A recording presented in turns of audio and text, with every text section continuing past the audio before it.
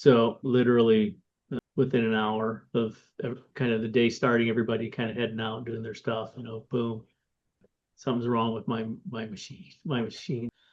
So guy comes back and yeah, it turns out one of the bearings and one of the wheels was locking up and it was a problem. So we switched out. I gave him one of the extra machines and I had that machine recently in the shop. And so he goes, I've been so kind of busy.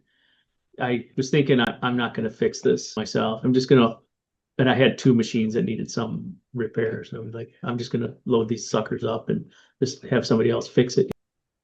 But as I was there, I was just kind of like, no, the machine he's got is not the best machine. This guy does a lot. He does a lot of production, and so his machine is really the better machine. And I've done this fix before. So I went and got the parts and put it back together and then delivered it and switched out the machines. But when I picked up the machine from him, the one I gave him, well, one of the repairers, it had a couple small things I needed fixed on. And one of the repairers was the exhaust. And when I got it back, I thought, gee, it's still a little bit loud, and it shouldn't have been very loud. When he got it, it was a little loud, but when I picked it up, it was very loud. And I looked at it and like, I paid to have this fixed. So I just drove it back to the dealer and said, look, I already brought this in for this issue and they just tightened one bolt up. They didn't really do much else. So I made it very clear. I said, I want to make sure that all the studs are placed, new gaskets and new nuts, and I need it put on correctly. The machine is my oldest current oldest machine that I own, and it's probably 8 years old. But these machines I love these machines because they last. I mean, they need repairs. And when I bought them, they were into sort of a design change. And so there were some weak points in it that broke. I mean, literally the front casters on both sides busted off at one point at different times. And then I took them and had them welded, right? And all the new ones have an exact piece right where I had my welded back together. Anyway, it's just interesting, you know. But they're great machines. I mean, I can just replace parts here and there. I mean, there are some things that eventually are really going to wear out.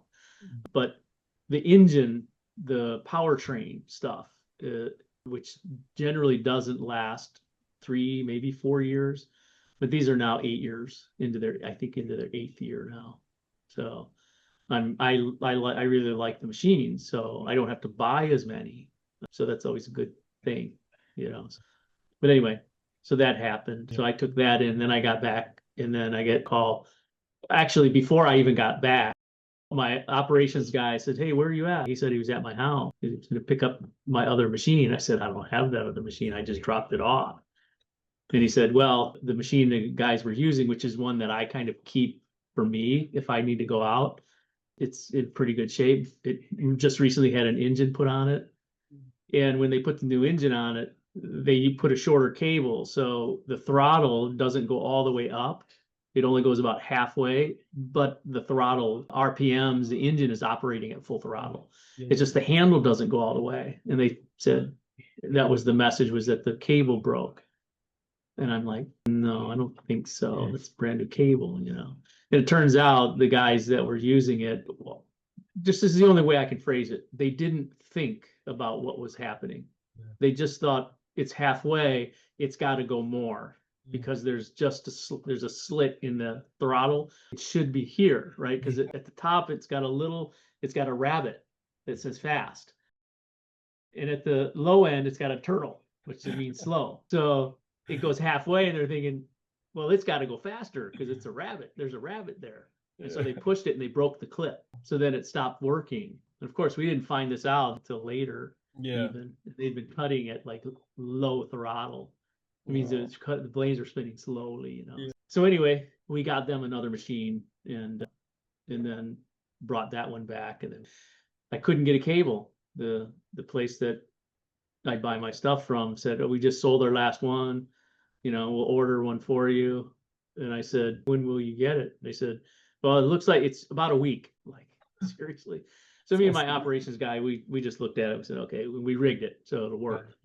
And then the other machine that I needed to do some work on, I needed to weld something. And so my operations guy, he took care of that, welded that while we were both here. And I have got a crew that I've been having issues with. And we tried to change things up this week so that they're not just cutting grass, because they're not doing a good job basically. And so they really want to do more landscaping, but I don't have a ton of landscaping at this time of the year.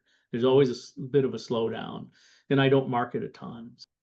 But we did get some in, and so we thought, okay, let's get them off the mowers and bring them in. So we changed the scheduling around how we're going to do lawns and how we're going to do landscaping, But we put a crew that's been really stepping up, and they did one day's list, and then the same guys did the other day's list. Well, the other guys, they have an equal number, but the one list is a much longer travel time. It's about a half an hour more travel time than the other one.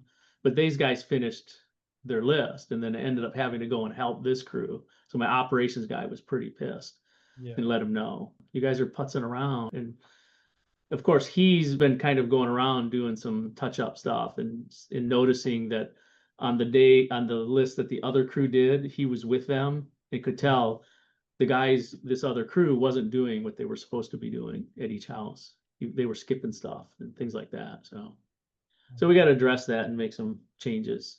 But that's what we're at. We're kind of in a transition year anyway. That's been the plan. So we're working on some other stuff. We want to get these SOPs, get them to the guys so the guys can get trained.